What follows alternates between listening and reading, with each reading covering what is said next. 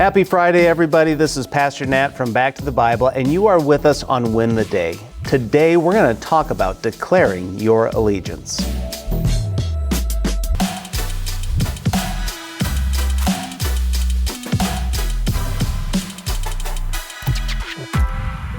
Do you remember the show Jerry Springer? That show was a train wreck. It was like an accident that when you drove by, you just couldn't stop watching. People would come on with the weirdest issues and problems. But there was this constant theme or storyline episode after episode. It was that boy meets girl and falls in love. But the boy also meets another girl and falls in love with her.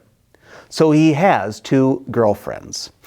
Inevitably, one finds out about the other and demands that he chooses one or the other.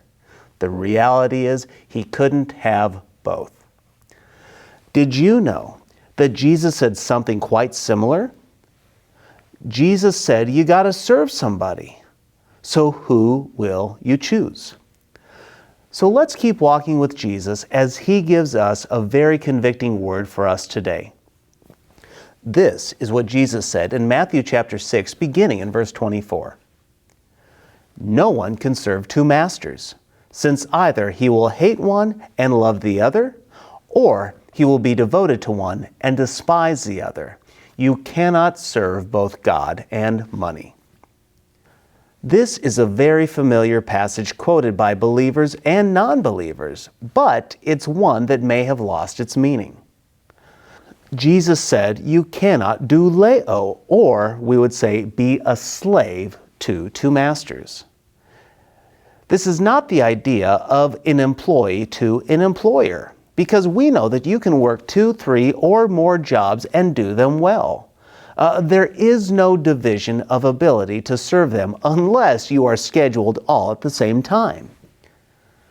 But instead, Jesus says you cannot be a slave to two separate masters. Now, a slave in Jesus' day, they would be under the beck and call of that master 24 hours a day, 7 days a week. It just wasn't possible to serve two masters.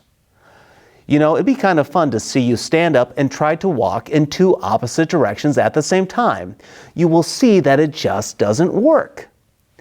The reality is it won't work because it can't. The same is true for our relationship with God. Jesus is declaring, you're either following me or you are following money, wealth, and possessions. What he is saying in essence is we are called to be sold out for God. We are called to love God fully. We are to be all in or out. We need to choose. Now the question is, well, how do we invest in God? How do we make that our focus? Simply put, it's making God our one true love. To use Jesus' description, he needs to be our treasure. And what do we do with our treasures? We adore them. We are called to worship God, to adore God. We are called to love him fully. The question that we need to answer is God really our treasure? Are we hungry for him? Are we hungry for Jesus? Do your thoughts center on the God of the universe? Do your thoughts center on Jesus, your Savior? Or do your thoughts center on your spouse? Maybe it's your kids. Is all your attention, your focus, your love on your work? Is it on your title at work? Is your real treasure your hobby? Remember what Jesus said, where your treasure is, there your heart is also. I'll be honest with you guys. God is often not my treasure. Therefore, I don't invest in him. I don't worship him like I should. But I am convinced that if we could all fall in love with Jesus, if we can really fall in love with God, He will become our treasure. So here's my challenge for you today. I want you to choose and walk. I want you to choose. I want you to decide today.